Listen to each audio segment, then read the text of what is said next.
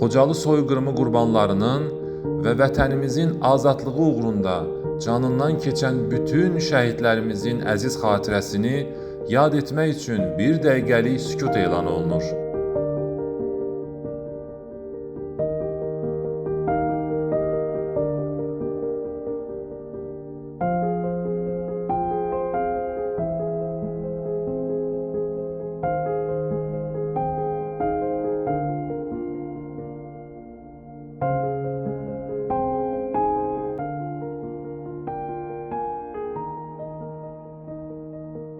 Bu sadəcə bir ölkənin, şəhərin alınması deyil, bəşəriyyət nəslinə qarşı törədilmiş ən ağır cinayətlərdən biridir.